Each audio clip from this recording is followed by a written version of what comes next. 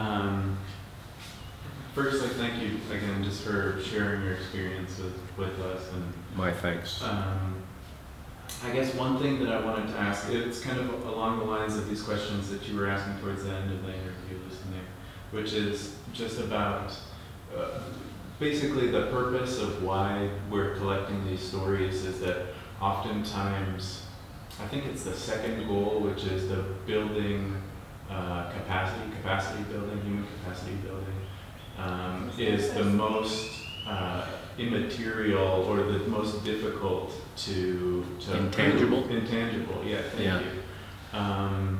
So the idea is that maybe talking to some of the people who were your students, for example, or the other people that we've been interviewing who become leaders in the country as a result, maybe not as a result of, but and we're also familiar with Peace Corps volunteers when they were younger, that somehow that impacted them. Could you speak to the critics that say Peace Corps doesn't have that impact, there isn't any capacity building? Have you seen it, or have you not seen it, or? I'm unaware of critics of the Peace Corps. Loucine probably is more about that. What I'm mostly aware of is the ignorance. People just don't know we exist or what we do, and know that this is happening. Now we have Facebook, and by and large, my Facebook friends, when I report episodes of teaching and things I'm doing, they think I'm doing a wonderful job. They think I'm really suffering here, you know, or I'm really giving away. I'm saying, no, I'm doing a job, I'm enjoying myself. It's not always easy.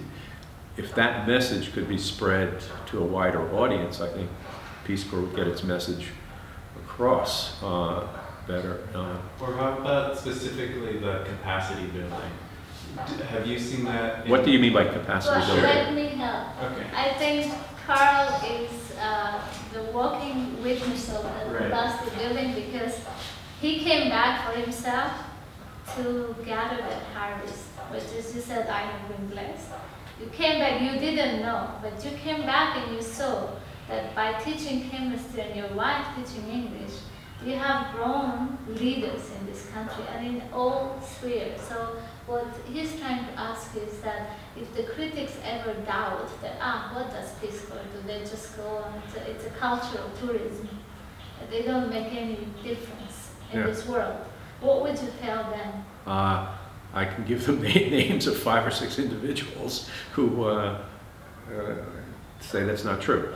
And there are probably others out there, maybe not as famous, you know, haven't done it, but they probably still remember those 2 Peace Corps volunteers, 3 Peace Corps volunteers that showed up at their school and taught them a little bit about America, you know, that maybe broadened their horizon a bit.